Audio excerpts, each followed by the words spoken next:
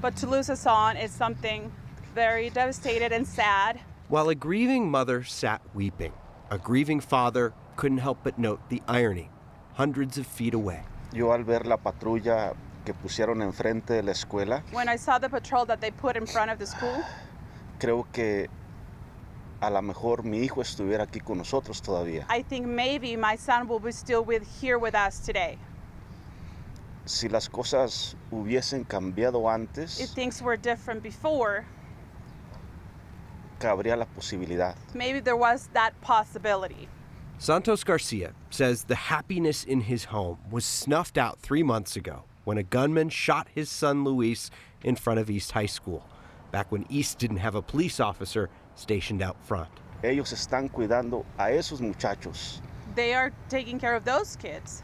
pero ¿quién cuida a nuestros muchachos? But who is taking care of our kids? A grieving family wants answers.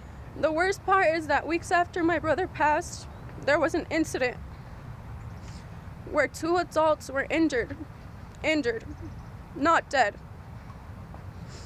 And then they wanted change.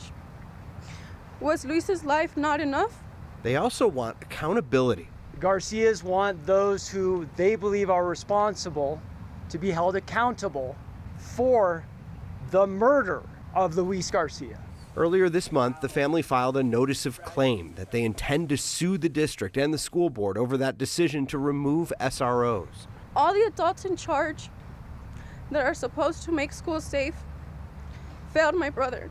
And lastly, this family wants action, so no one has to experience the pain they know all too well. No quiero más familias I don't want any more families dañadas como nosotros. being damaged like ours.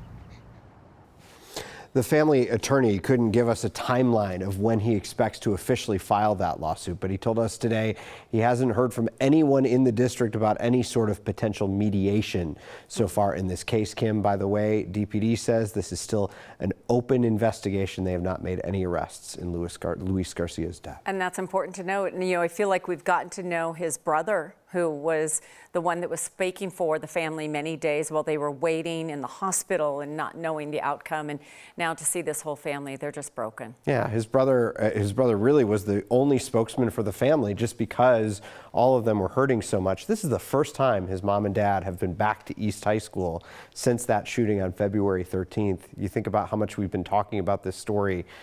It's been incredibly difficult for their family. They're just hoping for answers and at least some accountability, perhaps some action by the school district. We have been focused on so many issues regarding security at East, and we can't forget them. Yeah. Thanks, Steve.